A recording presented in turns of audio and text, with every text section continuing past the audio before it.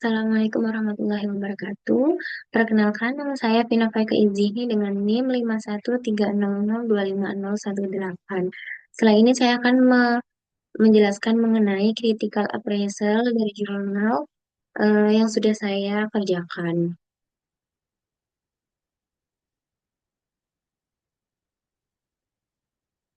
Yang pertama, judul jurnal atau artikel yang saya gunakan adalah dampak pandemi COVID-19 terhadap dunia pendidikan yang ditulis oleh Matthew Siahan.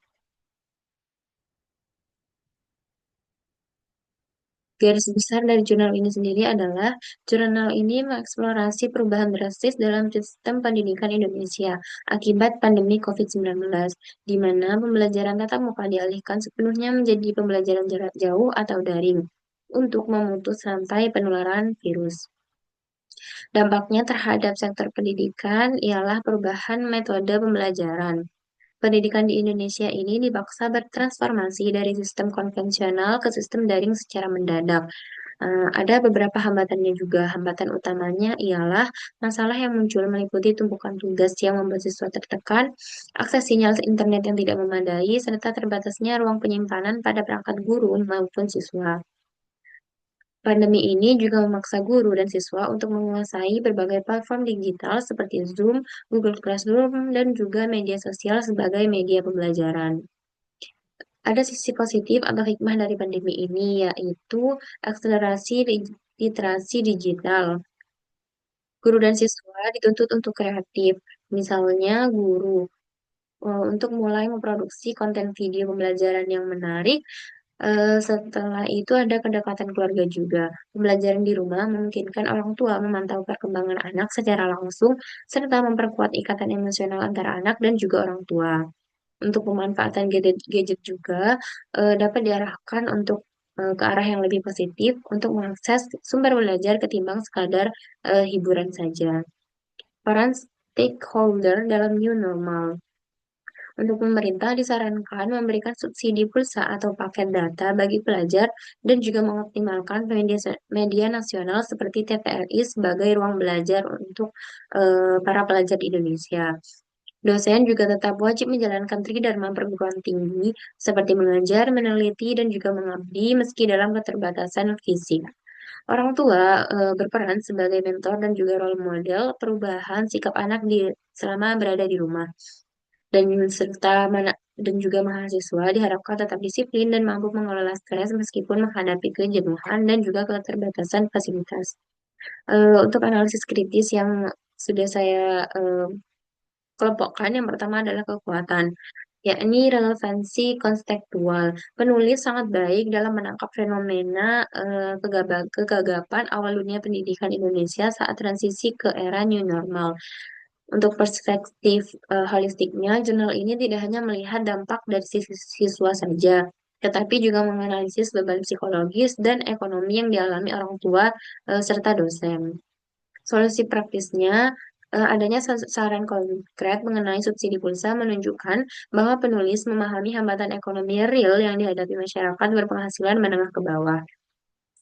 Untuk kelemahan dan kekurangan dari adanya COVID-19 ini adalah metode penelitian yang digunakan cenderung deskriptif, kualitatif, beserta berbasis observasi pribadi dan juga literatur sekunder tanpa data statistik primer yang mendalam untuk mendukung klaim efektivitas pembelajaran daring.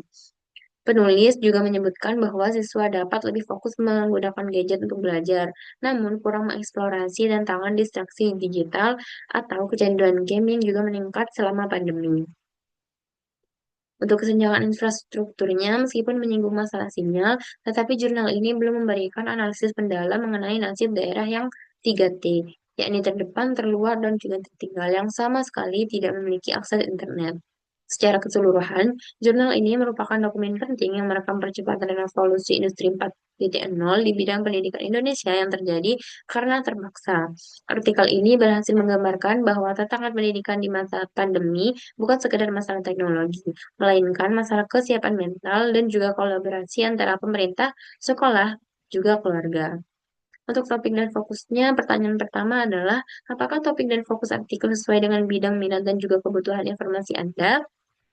Jawabannya iya. Jika saya atau pembaca sedang mencari informasi mengenai dampak awal pandemi COVID-19 terhadap sistem pendidikan di Indonesia, khususnya mengenai transisi ke pembelajaran daring, artikel ini memberikan gambaran komprehensif tentang kendala teknis seperti sinyal dan juga kuota, serta perubahan peran antara guru, siswa, dan juga orang tua. Apakah topik dan fokus artikel memenuhi standar ilmiah? Jawabannya iya, karena struktur publikasi resmi, artikel ini sudah diterbitkan dalam jurnal kajian ilmiah JKI yang telah terakreditasi Sinta 5. Penulis juga menggunakan metode penelitian kualitatif melalui observasi langsung terhadap fenomena pandemi dan studi literatur dari sumber media serta informasi resmi pemerintah. Jurnal juga memenuhi standar penulisan jurnal dengan adanya abstrak dengan dua bahasa. Kata kunci pendahuluan pembahasan yang terbagi secara sistematis, kesimpulan hingga daftar pustakanya. Daftar pustaka juga mencantumkan rujukan yang mutakhir dan relevan dengan situasi tahun 2020, termasuk kebijakan pemerintah dan jurnal terkait teknologi pembelajaran. Adapun metodologinya adalah, apakah metodologi penelitian ini memenuhi standar ilmiah?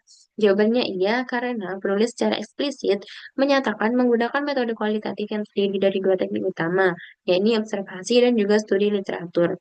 Untuk prosedur sistematiknya, terdapat alur kerja yang jelas di mana penulis menggunakan pengamatan langsung terhadap dampak pandemi sambil mengumpulkan informasi dari media sosial dan juga data resmi gugus tugas COVID-19. Untuk jurnal di bidang ilmu sosial atau Sinta 5 ini, pendekatan deskriptif kualitatif ini merupakan standar yang diterima untuk mendokumentasikan fenomena sosial yang sedang berlangsung secara real time. Apakah metodologi penelitian adekuat dan mencakup semua variabel yang relevan? Jawaban saya adalah tidak sepenuhnya, karena metodologi ini hanya mencakup variabel kualitatif saja, seperti perilaku adaptasi, teknologi, dan juga kendala psikologis. Penelitian ini tidak mencakup variabel statistik yang krusial seperti data kuantitatif seperti jumlah sampel mahasiswa yang diobservasi atau presentasi penurunan nilai akademik secara konkret. Untuk keterbatasan jangkauannya juga, observasi ini lebih banyak didasarkan pada pengalaman penulis di lingkungan Universitas Bayangkara Jakarta Raya, sehingga kurang mewakili variabel perbedaan infrastruktur pendidikan di daerah pelosok Indonesia. Selanjutnya, apakah metodologi penelitian memperhitungkan masalah potensial dan juga kekurangan? Jawabannya tidak, karena ketiadaan bagian limitasi di dalam teks jurnal tidak ditemukan bagian khusus yang membahas keterbatasan penelitian atau potensi bias dari metode observasi langsung yang dilakukan penulis. Masalah validitas juga, penulis tidak menjelaskan bagaimana mereka memverifikasi informasi yang diperoleh dari media sosial atau literatur untuk menghindari misinformasi, mengingat informasi COVID-19 pada tahun 2020 sangat fluktuatif. Metodologi cenderung berfokus pada hasil positif tanpa memperhitungkan masalah potensial jangka panjang seperti hilangnya kemampuan belajar juga secara mendalam. Untuk hasilnya, apakah hasil penelitian ini memenuhi standar ilmiah? Jawabannya iya, karena hasil penelitian ini disusun secara sistematis dengan mengelompokkan dampak pandemi ke dalam poin-poin observasi yang jelas, mulai dari dampak teknologi hingga dampak sosial bagi pemangku kepentingan. Penulisan hasil ini mengikuti kaidah pelaporan kualitatif deskriptif yang lazim dalam jurnal ilmiah.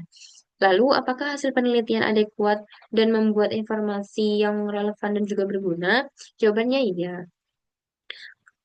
Karena mencakup informasi krusial pada masanya, seperti kendala sinyal internet, penumpukan tugas siswa, hingga munculnya hikmah berupa peningkatan penguasaan teknologi oleh guru dan juga siswa. Informasi ini sangat berguna sebagai catatan sejarah transisi pendidikan Indonesia ke era digital.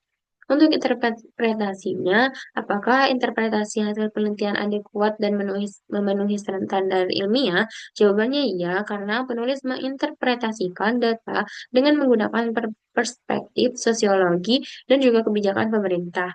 Penulis juga menyimpulkan bahwa pandemi bertindak sebagai pemaksa percepatan revolusi industri 4.0 di Indonesia yang sebelumnya mungkin ini sulit dicapai dalam waktu singkat. Apakah interpretasi hasil penelitian memperhitungkan masalah potensial dan juga kekurangan? Jawabannya tidak. karena interpretasi cenderung bersifat optimis dengan fokus pada hikmah dan manfaat. Penulis kurang melakukan interpretasi kritis terhadap potensi penurunan kualitas belajar atau dampak psikologis jangka panjang yang mungkin timbul akibat kurangnya interaksi fisik. Lalu, apakah artikel ini membahas keterbatasan penelitian dan juga menawarkan solusi untuk masalah potensial? Jawabannya tidak, karena jurnal ini tidak menyediakan bagian khusus yang mengakui keterbatasan penelitian, seperti keterbatasan metode observasi yang subjektif atau lingkup penelitian yang terbatas pada suatu wilayah. Solusinya adalah meskipun tidak membahas keterbatasan risetnya sendiri, penulis ini menawarkan solusi praktis untuk masalah pendidikan yang diobservasi, seperti saran pemberian subsidi pulsa oleh pemerintah dan perlunya dosen memberikan fleksibilitas waktu untuk pengerjaan tugas bagi mahasiswa yang terkendala teknis. Adapun relevansi dan kualitas jurnalnya mencakup apakah jurnal ini memiliki reputasi baik dan juga diakui dalam bidang kedokteran. Jawabannya tidak. Jurnal ini bukan merupakan jurnal medis atau kedokteran. Berdasarkan identitasnya, Jurnal Kajian Ilmiah atau JKI diterbitkan oleh Fakultas Ekonomi dan juga Bisnis, Universitas Bayangkara, Jakarta Raya. Fokus utamanya berada pada lingkup sosial, ekonomi, dan juga pendidikan, bukan pada riset klinis atau medis. Jurnal ini terakreditasi Sinta 5 yang berarti diakui secara nasional, namun berada pada level menengah bawah dalam pemeringkatan jurnal ilmiah di Indonesia. Lalu, apakah jurnal ini memiliki sistem peer review yang memastikan bahwa semua artikel yang diterbitkan telah ditinjau oleh ahli dalam bidang? Jawabannya iya. Sebagai jurnal yang terakreditasi secara resmi oleh Ristek Dikti Sinta 5, jurnal ini secara prosedural harus memiliki sistem peer review. Hal ini terlihat dari adanya riwayat proses artikel yang mencakup tanggal pengajuan, revisi, hingga diterimanya. Kesimpulannya, secara keseluruhan, jurnal ini adalah karya ilmiah yang layak dan juga berkualitas untuk skala jurnal nasional terakreditasi.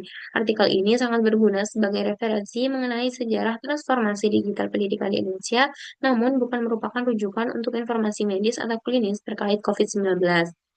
Apakah artikel ini memenuhi standar ilmiah dan relevan dengan bidang minat dan kebutuhan informasi pembaca? Jawabannya iya, karena artikel ini memenuhi standar dasar penulisan ilmiah dengan struktur yang lengkap seperti abstrak, pendahuluan, metode, hasil, kesimpulan, dan juga daftar pustaka. Untuk relevansinya tersendiri itu tergantung kebutuhan.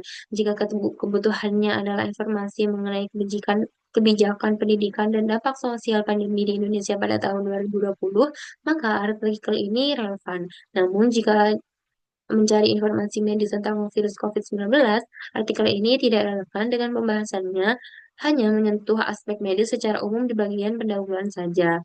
Lalu, apakah artikel ini memuat informasi yang berguna dan dapat dipercaya? Jawabannya iya. Dalam konteks sosial pendidikan, informasi yang disajikan berguna untuk memahami realitas transisi digital Indonesia, seperti penggunaan platform Zoom, Google Classroom, dan WhatsApp sebagai media belajar, tantangan ekonomi orang tua dalam menyediakan pulsa paket internet, serta kendala teknis seperti listrik mati dan gangguan internet yang menghambat mahasiswa. Informasi ini dapat dipercaya sebagai catatan sejarah atau dokumentasi fenomena pada periode awal pandemi. Namun perlu diverifikasi kembali jika ingin digunakan sebagai rujukan efektivitas pembelajaran daring saat ini mengingat situasi yang terus berkembang. Mungkin cukup dari itu, cukup saja eh, presentasi saya hari ini. Terima kasih, jazakumullah khairan katsiron. Mohon maaf atas segala kurangnya. Wassalamualaikum warahmatullahi wabarakatuh.